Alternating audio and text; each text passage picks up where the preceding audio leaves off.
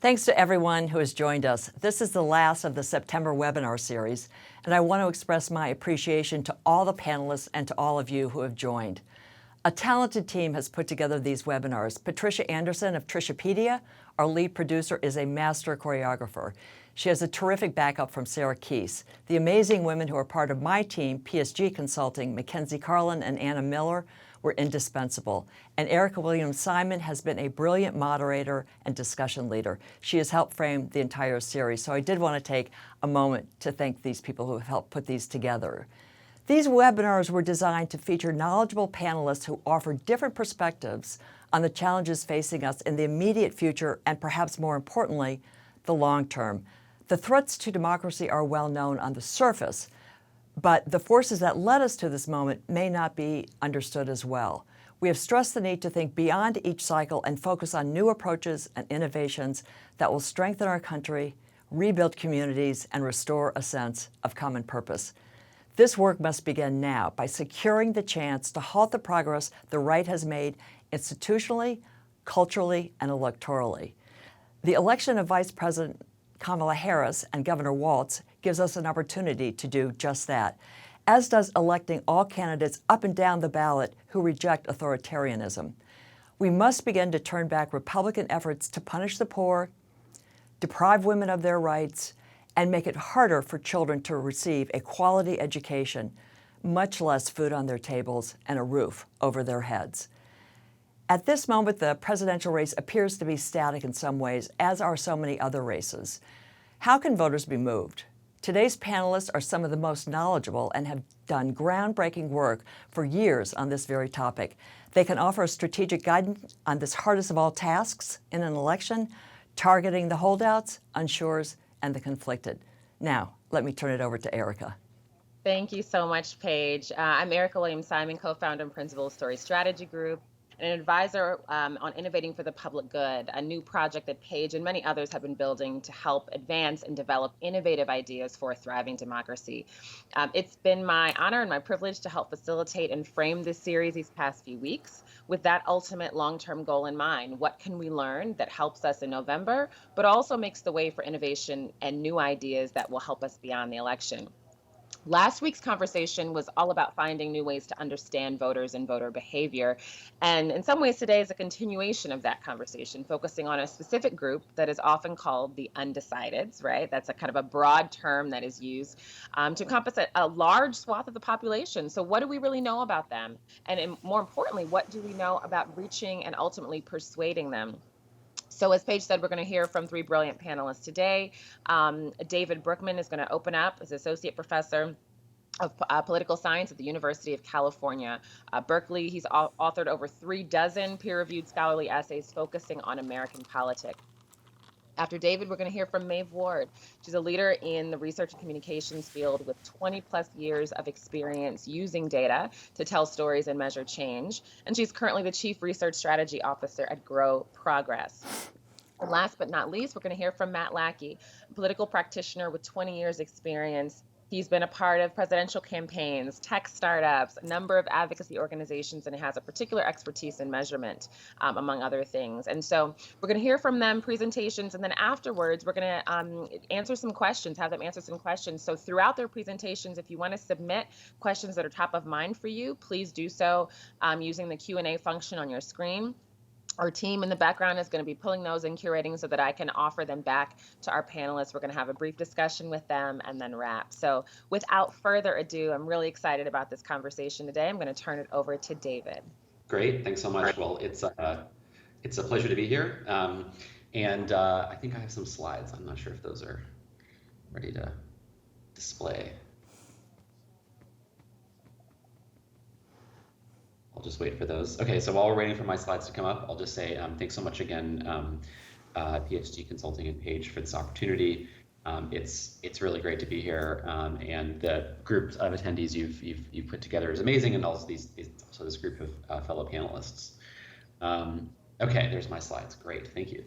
So I wanted to start off with just a little bit of stage setting of kind of what we know from public opinion research about this mythical group of the moderates or the middle, what we know about what they really think about the world and what persuades them. So I'm just going to speak for a few minutes about some of my own research on this. As I'm sure you all know, there's a lot of moderates out there. If you ask, for example, Americans, how do you identify politically? Moderate is often the largest category or sometimes tied with conservative. But if you look at the people who change their votes from election to election, moderates are vastly overrepresented. So this group that calls themselves moderate is really important to understand for understanding what decides elections.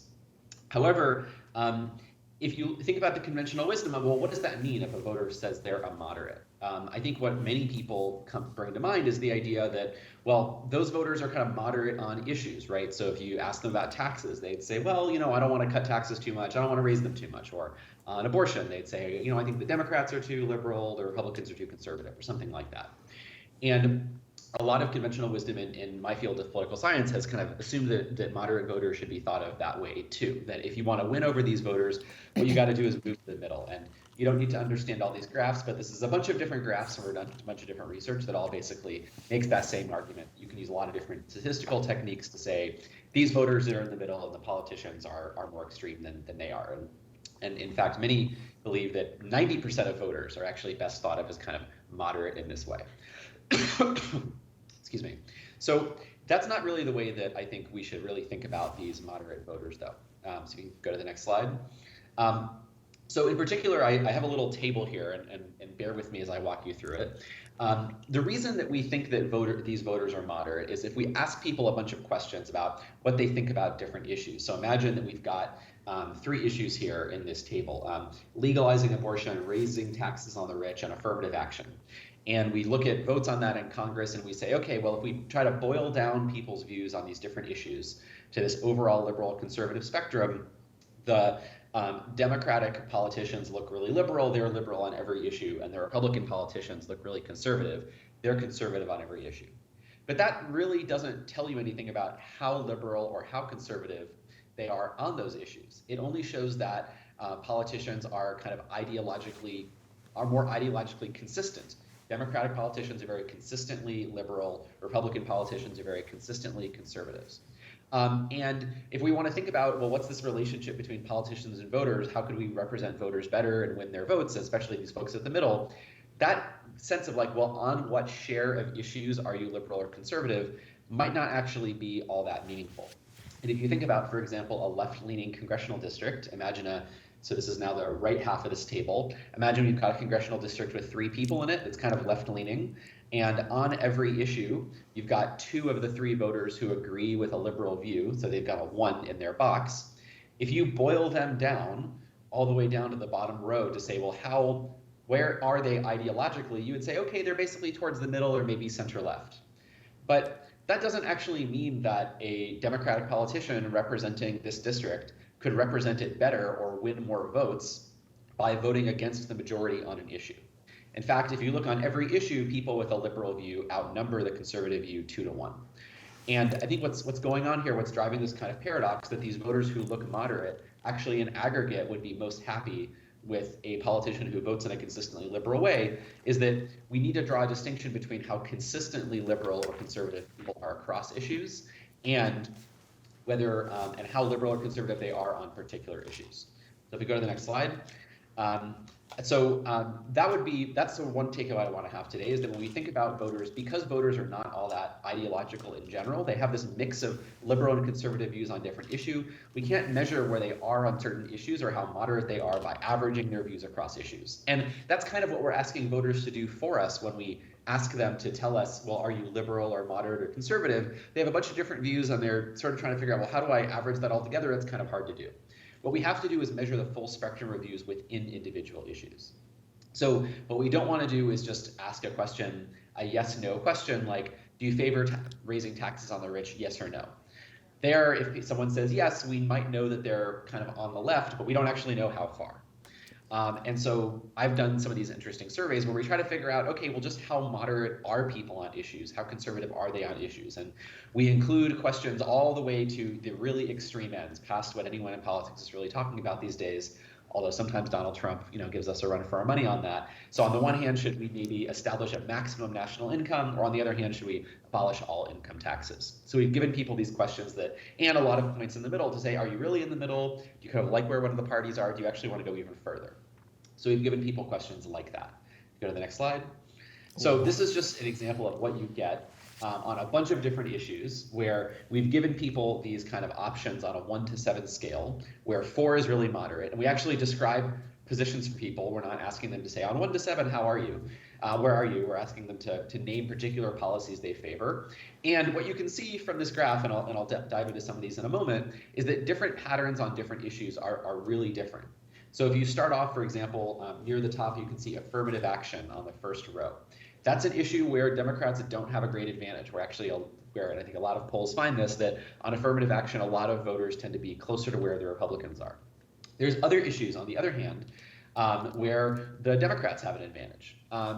Overall, though, in data from 2013, as well as data from 2024, what we've consistently found in over a decade of doing research looking at this is that there's a pretty large share of people who actually have views more extreme than the parties. And those views that are as or more extreme than the parties are real, they're stable over time, they affect people's choices. And so these moderate views are there, but I think they're not quite as widespread as we might think. And a lot of the people that say they are moderate and look moderate, if you average their views across issues, actually just have kind of a mix of views that are on the left and right, including some views which are more extreme. Go to the next slide. So where is the median voter on each issue? Well, if we take the last graph I showed you and just ask on every issue, kind of where is, if we had to line up voters from liberal to conservative, where is the median voter, the voter that's going to most likely be deciding elections? This shows you on these different issues where the median voter is. 3 is set up to be kind of the Democratic position. 5 is set up to be the Republican position. And you can see, if you look at the issues on the left, those are the issues where we think the median voter agrees with Democrats. And I think it's no surprise that those are the issues that Democrats like to talk about. Social Security, the minimum wage, Medicare, birth control, marijuana legalization, for example. On the other hand, the issues that Republicans like to talk about, so immigration, transgender issues, those are the issues where voters tend to agree with Republicans a little bit more on average. And so it's no surprise Republicans like talking about those. Okay, go to the next slide.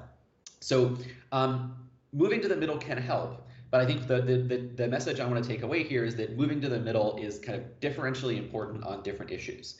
And in particular in campaigns, there's some issues where Democrats actually already are at the middle. And so moving to the middle, there's sort of nothing to be done because the Democratic position is already quite popular. So we move to the next slide.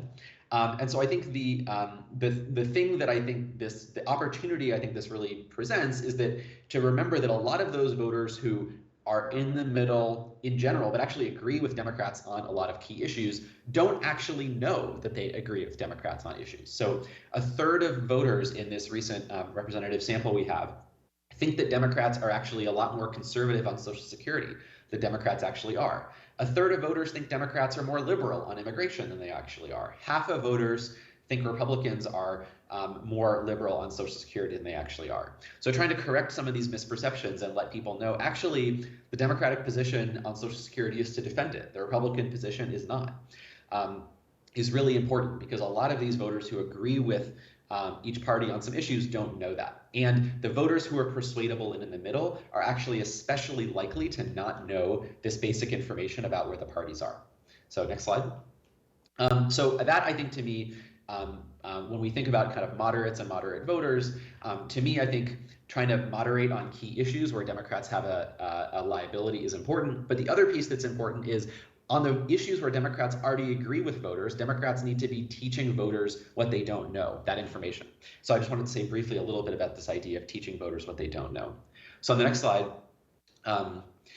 this is some data from a project we did in 2020, where we found in the summer of 2020 that Biden was not that exciting to Democratic campaigns, and so Democratic campaigns were basically only running ads anti-Trump. So if you look at the left table, this is data from early 2020, where people had said they had heard a lot about Donald Trump, but not much about Joe Biden, and Democrats weren't helping the situation. On the right-hand side, on the election ads as of summer 2020, only 11% of Democratic ads were about Biden, 88% were about Trump, whereas the Republican ads were almost all about Biden. So voters didn't really know what Biden stood for, and Democrats weren't really telling them. If you go to the next slide, what we found, though, is that the ads that were about Biden, both the positive ads and the negative ads, were much more effective. Whereas the ads about Trump were not that effective because people already knew a lot about where Trump stood, and they knew how they felt about Trump. Well, if you go to the next slide, in 2024, we found the same thing. So in a recent piece from about a month ago, my collaborator Josh Calla and I, working with some other folks on this call, did a huge, basically, message tournament to understand what messages are working best in the 2024 election. We tried lots of different issues. We have the raw messages I'm happy to share if you want to reach out to me. It's linked in the piece where we report this. But the key thing I'm going to draw your attention to in this graph, so this is the effects of all these different messages, with the more effective messages having estimates that are further to the right and also being the ones listed at the top. If you can see, the points in red are the anti-Trump messages. And the anti-Trump messages here are consistently the ones that do the least well. And the messages that do the best are the messages where we talk about how Harris has the typical Democratic position on these core Democratic issues where voters agree with Democrats. The ones I showed you earlier, like Social Security, Medicare, and the minimum wage, and cost of living. So to me, that suggests, I think there's just like in 2020, there's an incredible desire to attack Trump. I understand that, but voters really know a lot about Trump. And so much of what drives persuasion of moderate voters is just teaching them this basic information that they don't know. And in 2024, we're in a similar situation where they still don't know a lot about Kamala Harris. Next slide. Okay, so the implications for 2024, and then I'll wrap up. Voters know how they feel about Trump, and I think that will be hard to change, but they still don't know where Harris stands. And the danger is that they're going to learn from Republicans that they disagree with her on issues like immigration, but then there's also a real opportunity for Democrats to have voters learn that they agree with her on these kitchen table issues. Thank you, David. Can I just interrupt a little bit and ask one question? Sure. On the issues where you have a very granular breakdown of moderate to liberal, can you give us an example of the types of questions that you asked? Like there's one extreme and the other extreme, but what's sort of in the middle? Yeah, absolutely. So this was a project where I had one of my research assistants basically working over the course of a few months, going through what was happening in Congress, what the both candidates were saying, to come up with these kind of somewhat detailed, like 2 or 3 sentence descriptions of these policies at different points. So what would kind of the moderate think tanks in DC say? What do we see Democrats in Congress saying? What do we see the more progressive Democrats in Congress saying? So on healthcare, for example, there's the most extreme point on the left is something like a British-style healthcare system, which we don't basically see any advocacy for in the U.S. So the government it's beyond single payer. It's the government directly employing doctors. The government directly runs hospitals. There's not much so much as private healthcare. Then you go through the kind of shades of gray of the public option versus something more like Obamacare versus more like the Republican plan where states can decide and there's fewer subsidies, all the way to very little government involvement in healthcare at all. Does that give you a sense? No, that's great. And I mean, getting those nuances, I think, are really right and pretty brilliant as a way to ask a question. Anyway, Erica, sorry, I interrupted, as I'm wont to do. No, that's fine. I think we're turning right on over to Maeve. For Grow Progress. And I think that we're working on pulling up my slides, but I'll start by saying we just heard a lot of really helpful information from David about where voters, and specifically median voters, are on particular issues. What I'm going to talk about is a generalized process that will help you maximize your chances of persuading people, whether on the left, in the middle, or on the right. I am a little biased and happen to think that Grow Progress's tools are uniquely suited to that challenge, but I'd be remiss if I didn't say that there are other tools that will also get you awfully close. If you go to the next slide. Here are the key points that I'm going to run through for you as we talk. So we'll start at the end with a summary. These are my 5 rules of thumb for message and content testing. The first is that there's always uncertainty. Even the highest quality, most rigorous surveys and experiments are sometimes just wrong. That's the curse of statistics and random error. We trade insights for uncertainty. Second is that there are no universal truths in persuasion. What works is a dynamic concept that varies depending on the goal, the audience, real-world events, and other context. Next, to have the best chance at successful persuasion, you need to understand your audience's values and motivations. You're not going to change someone's worldview with a single ad, even if they see it 100 times.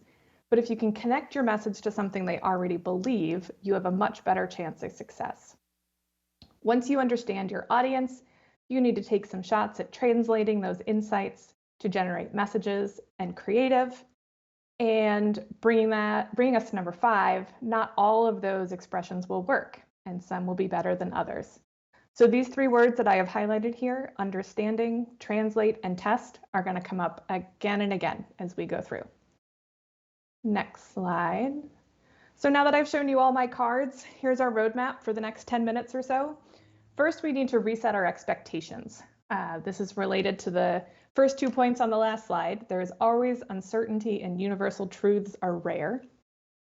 Then we'll move on to what we know about what works. And when I say what works, I'm talking more about how to measure what's persuasive through testing than I am about how to persuade. Because how to test is generalizable, how to persuade can only be answered by testing. So let's go to the next slide and reset our expectations and move to the slide after that. This is what I call the vibe pendulum. When I was starting out, and I won't tell you how long ago that was, but Hillary's husband was president, consultants made critical decisions based on vibes, sometimes armed with research, sometimes not. These mostly male, mostly white experts mostly went with their guts. Since then, though, we have swung all the way in the other direction. We treat data as infallible prophecy with no room for interpretation or common sense. So, how should we think about the vibes? 3 points.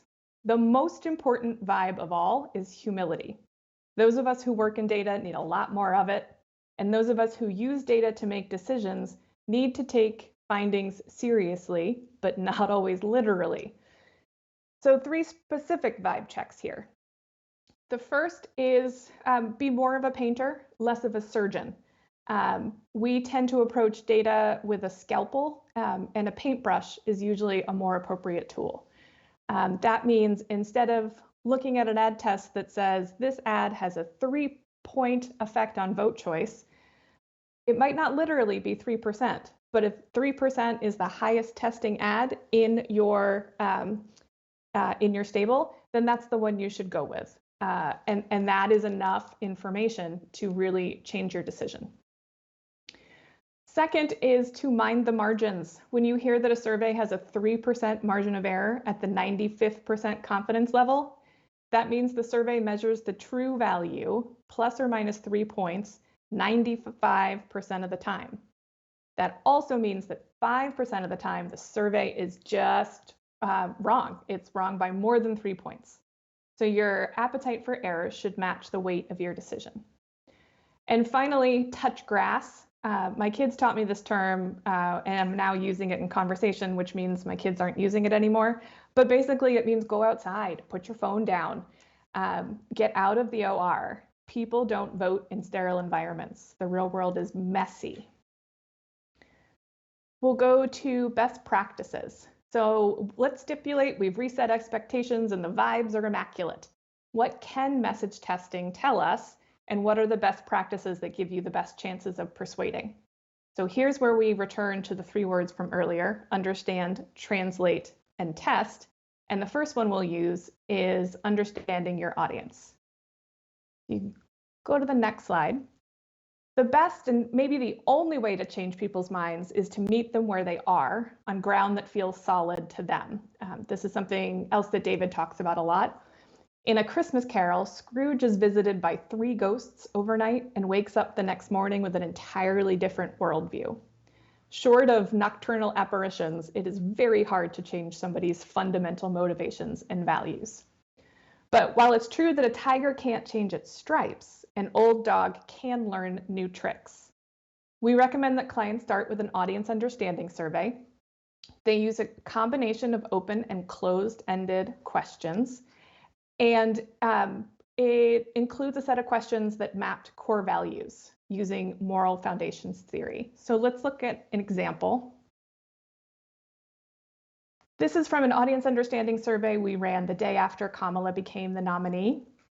You can see the results here. You have roughly a quarter of people who are very favorable, a quarter who are very unfavorable, and then half in that sort of mushy middle. In open-ended questions, the biggest theme among those segments was uncertainty. People felt like they didn't have enough information about Harris. And then on the right, the audience understanding survey also identified the core values that are most important to those people in the middle. So successful messages will help make people more familiar with Kamala Harris using these values. So grounded in the idea that Kamala has a long history of fighting for average people in the case of slow, gradual change. So now we understand. Let's go to translate. So it's time to translate what you know about your audience into messages. Some people can just sit down and stand up a half an hour later with 15 unique persuasion approaches. Other people need a little inspiration. Grow Progress offers two options for that. The first is what you're looking at now, Persuasion Sandbox. Persuasion, we couldn't show our faces in public without an AI tool, so we built Persuasion Sandbox. After you run an audience understanding survey, you can ask AI to suggest ways to persuade people between opinion segments. Here we're trying to persuade people not to consider a third-party candidate. AUs can connect your persuasion goal to your audience. In this case, the values that moved people from yes, would consider a third-party candidate to no, I would not consider it, were optimism, achievement, strength, and trust. What you get back is a little bit of moral foundations theory word salad, but at least it's a place to start. We would never recommend you just use this message, but they can be helpful as a starting point. So the other tool that we have is Persuasion Library. Persuasion Library helps the progressive community learn together faster. All of our clients have access to Persuasion Library. Clients can choose whether or not to have their tests included.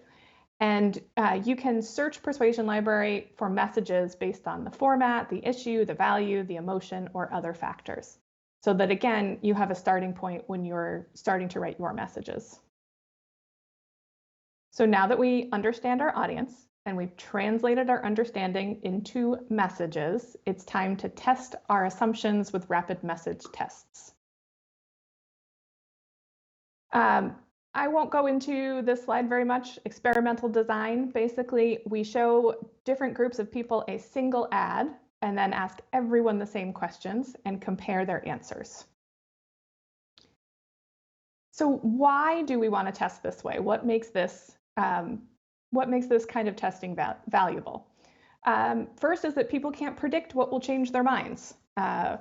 We're used to surveys that ask, is this convincing or is this not convincing? And people are truly terrible at hypotheticals, and they don't like to admit to changing their minds.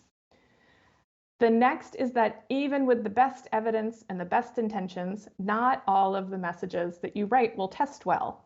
That's because the people who write the messages are not undecided voters. And finally, what works is dynamic. It changes. What works in March might not work in October. So what do you do about that? You test as you go. This is the #1 piece of advice that I give to people who want to persuade. Don't wait until you have fully produced creative to test. By then, you are invested in the ad, both literally and figuratively. So you need to test as you go. Test message frames, storyboards, rough cuts, and then final cuts. I just have a slide or two left. When you're testing routinely, you can take big swings at conventional wisdom. So testing can help disprove conventional wisdom or some of the orthodoxy. We have clients right now who are testing how to tie values and messages to horoscopes, Ouija boards. Progress Oregon is testing an ASMR theme, and some of them are good enough that they make it onto the air. And finally, I'll end here. Be specific about your goal. Not all tests are equally good at answering all questions. So if you're looking at narrative change in the long term, you want to ask different questions than if you're looking at short-term effects on vote choice. If it's early and exploratory, you can afford to have large margins of error. If you're talking about a final gut check before a multi-million-dollar ad buy, you're going to want to have more confidence. So thank you very much. I appreciate the time and you listening to me. And to go back to the beginning, to persuade people, you understand, translate, and test. Let me just start by saying, and my slides will come up whenever, but let me just start by saying that I think that so much of what David and Maeve talked about is truly, foundational for all of this work. I am going to try to talk about an extension of some of this work to sort of bring it more into campaign speed and get more people in the kitchen on this. So today we're going to talk about improving the mousetrap, like the mousetrap of like rapid message testing, which is incredible, but like it's also it's got some problems. So let's go to the next slide. So I want to start by saying testing lots of content is incredible. Just ask David and Maeve. David has this paper that is so awesome that talks about what happens if you allocate a large portion of your campaign's budget to testing, and it turns out that like you just print votes when you do that. So on the order of like 15% of your campaign's budget should go towards making sure that you are putting the right stuff out there. That happens for a couple of reasons. One, like Maeve said, no one really knows what's going to work or what doesn't work before they get some information from real voters. Like I hate to talk about it as just like testing and experimenting, because this is like the voters telling us what they respond to and what they don't respond to. So it's very much like, what are the voters telling us that they want to hear? So you're going to just miss that if you're not there, especially if you don't live there, if you're not from there, etc. So not only are we like picking sorting the wheat from the chaff, but we're also finding needles in haystacks, in that like the big winners are so much better than even good ads, and so we want to make sure that we are not just like cutting out things that backlash, but we're picking out real winners, as like real home runs as well. So if we go to the next slide, I want to talk about what happens or what's not obvious. I run an AI company that among many fun things is pretty good at making content. And so this year I've had the opportunity to do lots and lots of testing. So, batches of a couple hundred at a time of, ads or whatever, just to sort of see what's working, what's not at large scale. So we find like when we follow the evidence to the level that we should to maximize votes, we wind up with some really interesting problems. If we said all we're trying to do is pick the best ad or pick the best message and orient our whole campaign around it, great, Yahtzee, we did it. But what happens if the race changes? I mean, I can tell you that I can think of at least one race that changed pretty dramatically this year. What happens if you don't have any like really clear winners? Like if you have just like a normal distribution and a tail that like might be real or it might just be noise. And what happens if you want to go back and try more things? And this is the last one. This last one is really, really important. When we're thinking about how to approach this work, we need not just a clean scoreboard, but a measurement framework that helps all of our practitioners and not just the folks who are living and dying in code every day, able to interact with the evidence and able to adapt to the evidence. If we just give people this worked and this didn't, these testing mechanisms are an opaque judge that doesn't help people get better, but they have the capability of being a feedback loop, which is where we want to be, because if we all get smarter, we win more elections, and then we improve outcomes for a whole lot of people. So if you go to the next slide, I want to talk about what our results delivery says about us. So when you get results from any test, right now, you get this worked or this didn't. And you might be able to, in a post hoc way, group content together and say, like, okay, on average, these types of things worked a little bit better, these types of things worked a little bit worse, but you don't really know why. And if we want to be bringing our whole teams along, we need measures, and we need measures that inform where they can plug in, and we need to give specific guidance on where things may have failed. So if you go to the next slide, I want to talk about what we start looking for, and then I'm going to tell you what we found. So we want to go beyond, did it work or did it not work? In fact, we want to start answering the question, is there anything that we can find that mediates the effect that we're trying to generate? So, is there something that, for persuasion to be true, for increase in turnout to be true, or whatever, is there something that has to happen along the way that's instrumental to that change? And if we can find any of those, are there ones that are actionable to the large part of the campaign apparatus?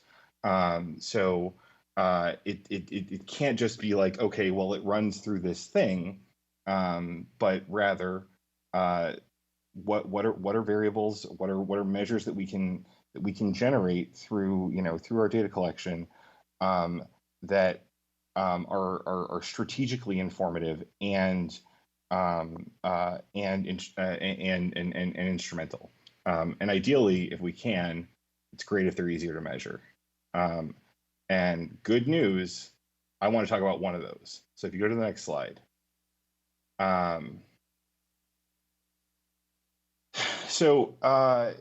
It is almost certainly the case that for a persuasive message to work, the information has to be transmitted from the persuader to the voter. That's almost that's almost tautological, right? And so we began working this cycle on measures of information transmission.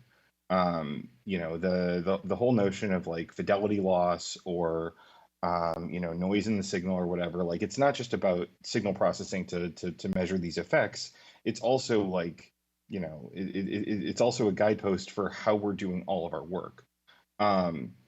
So one of the things that we've started doing, that I'm really, really bullish on, is just asking for a plain text summary. So like, I'm going to give you an open-ended question after I ask who you're voting for in the framework that Maeve described in the framework of all of these RTTs. And after I do that, I just say, can you summarize the video you just watched, or the text you just read, or whatever?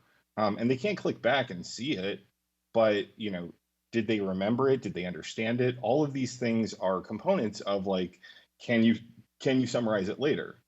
And later is like, not that much later. We're probably talking about 10 seconds between delivery and measurement, because there's like one question that sits in between. And once we have this plain text summary, we can do really, really cool stuff with it.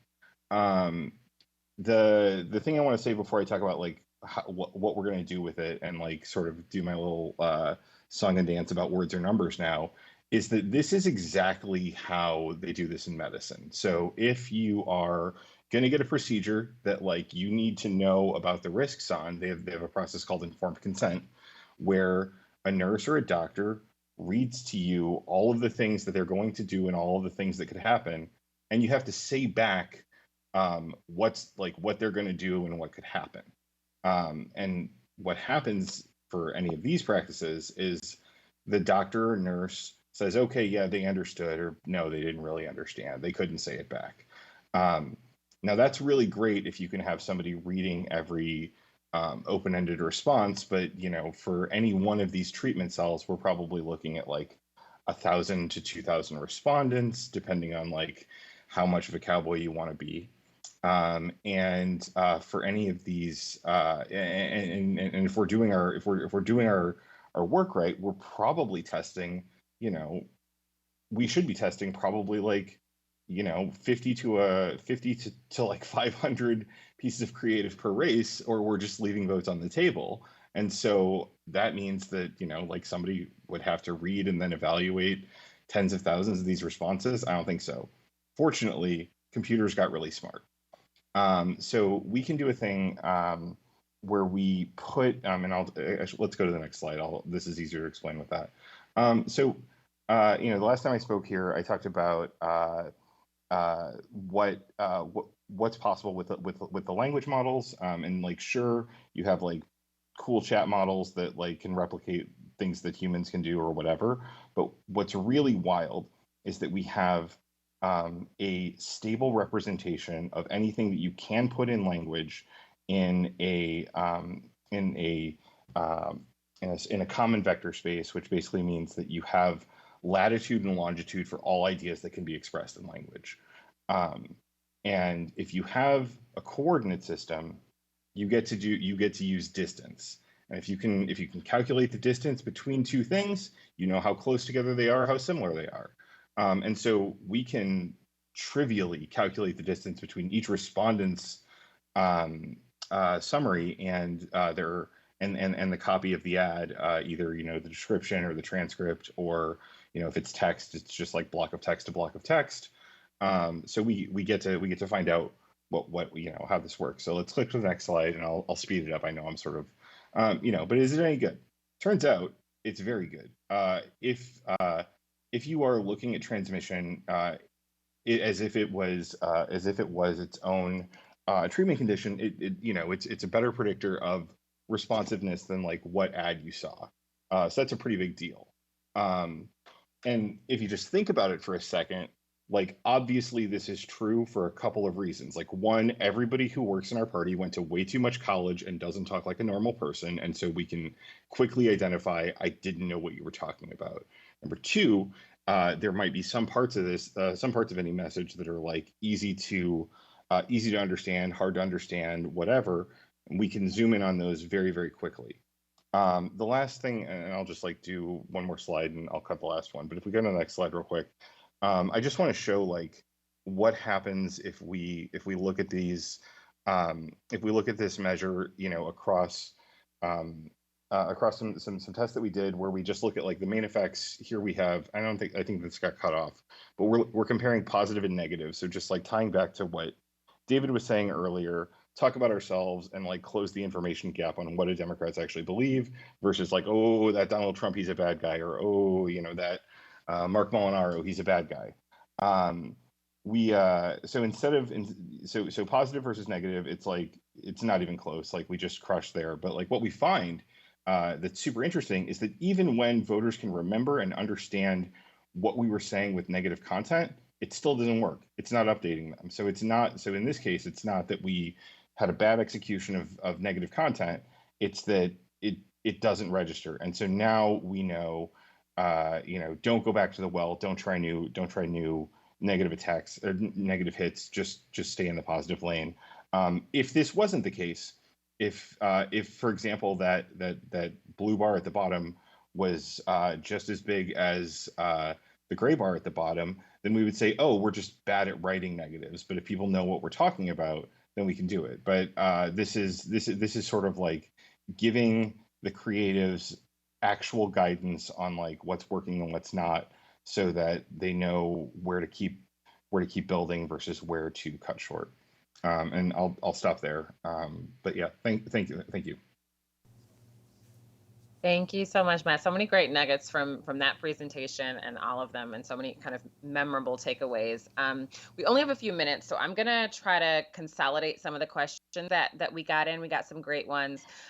Maeve, you talked about kind of resetting expectations, and this question I think it really can be for anyone here. But so then, knowing we have to reset expectations, people want to know. So what should we expect? And like one very specific question that came in was, let's say your ad, in the testing environment, move voters 10 points, right? Like, is there a rule of thumb about how you'd expect that ad then to move people in the real world, in an election, right? Outside of that, is there kind of a way to say, okay, well, if this worked here, what can we expect when it actually gets out there? Is there a minimum threshold of views that would help us be able to evaluate that? Basically, how does this work when we're translating from a testing environment to a real election scenario? Yeah, I'm interested in what my fellow panelists say, but I think that's exactly the right question to ask. If an ad test comes back and says it moves people 10 points, you should not expect 10 points of movement in the polls. You just should not. And you shouldn't be using an ad test to decide whether or not to run an ad at all. So usually by the time somebody comes to us, they have decided to run an ad. They might have already bought the time, and they're trying to decide which ad to run. So they've got 3 ads, 4 ads, 6 ads to test. And the ad that you should run is the one that tests with the highest effect. So if one is at 10 points, one is at 6 points, one is at 2 points, it's that relative value, or what we call the rank ordering, that you should be using to make decisions. There is not a rule of thumb that lets you say, well, 10 points in testing translates to X points. Or there might be, but it's so context dependent that I don't think it's useful to most people trying to make those decisions. But how ads rank order and whether there is a statistically significant finding or not is really valuable information. Thank you so much, Maeve. If anybody else had a response to that, feel free to jump in before I move on to the next question. I mean, just very briefly, like you can, like just the order of magnitude on the in-survey test is like 2 or 3 off. So like if you're saying like what is the value of one impression of this ad versus that ad, like divide by at least 100. Because it's like when we have these observational studies like the Warsaw Maverick Sides paper or the Sven-Kuchen Toniati paper, like those are observing effects that are like 0.000, like 4 zeros before you get to a number. So I think that like divide by 100 is like table stakes, but Maeve's right, there's no like clean translation. Got it. Okay. There were also a number of questions in this place. I think, so David, in your presentation, you gave some very specific examples, right, of where people fall on issues. I think the abortion one got people talking a lot in the chat, trying to understand like, whoa, that looks a little bit different from what we're familiar with. But the question that came back was, okay, if these are the messages, who are the best messengers? What are the best platforms, and how do we figure that out, right? So is there any data to support that candidates are the most trusted messengers for these issues versus celebrities versus, kind of peer-to-peer phone videos? I mean, these are the real questions that came in, but I think the general theme here is like, who are the messengers that are most effective? And with all the communications channels available now, where should these messages be placed in order to reach and persuade the demographics that we're trying to reach? Yeah, thanks so much for that question. Well, I might kick that over to my fellow panelists because I just want to say one thing on that, which is that I recognize that maybe being a political scientist, it's no surprise that this way of thinking about issues and where voters are and how they perceive candidates is a very kind of clinical and cold way to think about things, and it's kind of leaving out the kind of emotion and messengers and all this other stuff that's important. And so I just want to say it's not that I don't think that stuff is important, but I also think it's good to just kind of keep that kind of more basic foundational fundamental stuff in mind, that a lot of voters just don't know this basic information. And so I think one thing I might say is that I think there's sometimes a focus on what I might call like the cherry on top of like, okay, well, if we really want to make this message hit, what's like the right messenger to use? Do we need to match, age or race? How do we think about the background or production value? I think that's all good.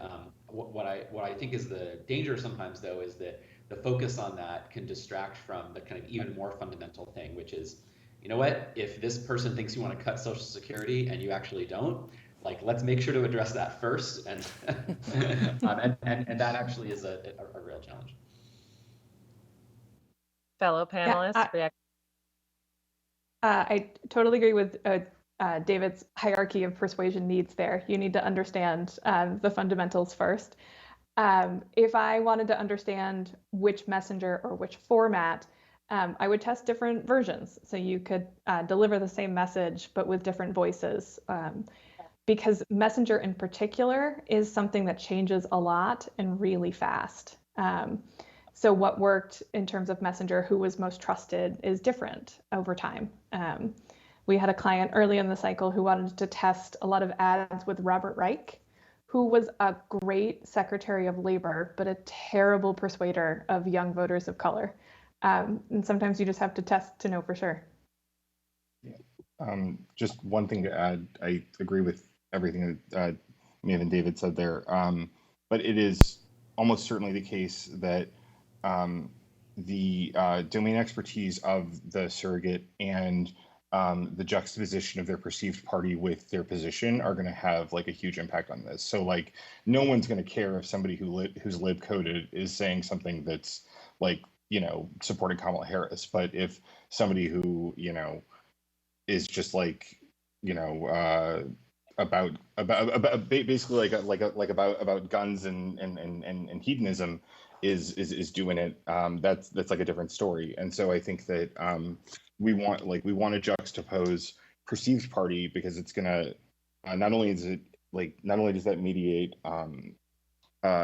transmission because people pick that story up, but the only way people like actually remember things and pay attention is when it like conflicts with their mental model. So if you if it's what they expected, they're not going to remember it, but if it's not what they expected, they're more likely to remember it. Oh, that's good. That's good. Okay. Well, I know I have consolidated a lot of the audience Q&A, and I know we're running over a little bit, so I'm going to toss back to Paige. Paige, if there's any additional thoughts, even a question you might want to ask, feel free, and then you can take us away and close out for us. Okay, thanks. You know what's interesting to me and so important in this panel is looking at different ways and new ways to understand voters and understand, our audience, because whether it's asking questions differently or doing experiments and using AI like everyone does, but, to really understand the nuances that we need to understand much more accurately. It's just so exciting for me to see all these different technologies and approaches to understanding now, come into the forefront, because I think, we need it. We need to sort of be disruptive in terms of how we conduct, elections and how we understand voters. So with that, I want to thank everybody, and just to announce that I know everyone's going to be very busy between now and November. So PSG webinar series is going to take a little bit of a break, and then we'll be back at the end of the year. So thank you so much for joining, and we hope you have found these interesting and informative. Thank you.